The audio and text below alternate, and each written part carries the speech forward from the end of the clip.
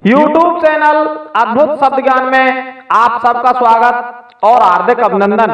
दोस्तों, आज के वीडियो में हम जानेंगे कि अक्रूर जी और सत्यभामा पूर्व जन्म में कौन थे। आज की जो कथा इस वीडियो में हम आपको सुनाने जा रहे हैं, इसका वर्णन आनंद रामायण में मिलता है। यह कथा कुछ इस प्रकार है कि एक समय मायापुरी नाम की एक नगरी थी। उस नगरी में एक देव शर्मा नामक ब्राह्मण रहा करते थे। वे बड़े ही ज्ञानी और वेद वेदांगों के ज्ञाता थे। उनकी उम्र भी काफी हो चली थी, परंतु उनके कोई संतान नहीं थी। इसलिए संतान प्राप्ति की इच्छा से देव शर्मा नामक जो ब्राह्मण थे, उन्होंने भगवान शंकर की तपस्या की। उनकी कठिन तपस्या से जब भगवान शंकर प्रसन्न हुए और देव शर्मा के सामने प्रकट हुए, तो देव शर्मा से कहा कि मैं तुमसे और तुम्हारी तपस्या से बड़ा ही प्रसन्न हूं, मांगो क्या वर मांगना चाहते हो। तो देव शर्मा ने भगवान शंकर से संतान प्राप्ति की इच्छा प्रकट की। इस पर भगवान भोलेनाथ ने उसे एक पुत्री होने का वरदान दिया और कालांतर में भगवान भोलेनाथ के आशीर्वाद से देव शर्मा नामक जो ब्राह्मण था, उसके घर एक पुत्री का जन्म हुआ। वह कन्या बड़ी ही सुंदर और सुशील थी। उसके गुणों से संपन्न होने के कारण उसका नाम गुणवती रखा गया। समय आने पर देव शर्मा ने अपनी पुत्री गुणवती का विवाह चंद्रदेव नामक अपने शिष्य के साथ कर दिया।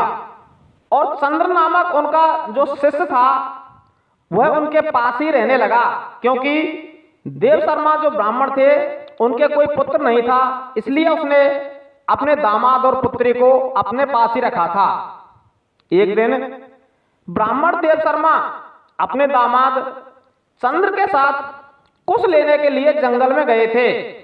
वहां पर उनकी मुलाकात एक विशालकाय राक्षस से हो गई और उस राक्षस ने देव शर्मा और चंद्र दोनों को मार दिया। जब यह सूचना गुणवती को प्राप्त हुई कि उसके पिता और पति दोनों ही किसी राक्षस के हाथों मारे जा चुके हैं, तो वह बड़ी ही दुखी हुई तथा दोनों का अंतिम संस्कार भी किया। जब गुणवती को यह मालूम हुआ कि भगवान श्री राम अयोध्या में राज कर रहे हैं, तो वह भगवान श्री राम के दरबार में पहुंची और दोनों हाथ जोड़कर भगवान श्री राम से कहने लगी कि हे प्रभु, मैं एक बहुत ही दुखी ब्राह्मणी हूं, आप मेरे कष्टों का निवारण कीजिए। जब गुणवती ने प्रभु श्री राम के सामने इस प्रकार से याचना की, भगवान श्री राम बोले, हे ब्राह्मणी, तुम्हें क्या कष्ट है और मैं तुम्हारे लिए क्या कर सकता हूं, वह मुझे बताइए। तो गुणवती ने कहा कि हे प्रभु, आपकी हजारों दासियां हैं, मुझे भी इन दासियों की तरह आप अपनी सेवा करने का अवसर प्रदान करें।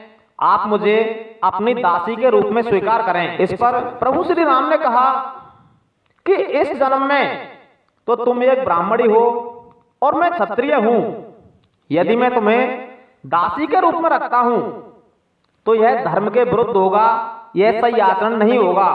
इसलिए हे देवी, मैं तुम्हें वचन देता हूं कि द्वापर के चौथे चरण में जब मैं इस पृथ्वी से अधर्म का नाश करने के लिए गोकुल में वासुदेव कृष्ण के रूप में अवतार लूंगा, उस जन्म में तुम मेरी पत्नी होगी और उस जन्म में तुम सत्यभामा के नाम से जानी जाओगी।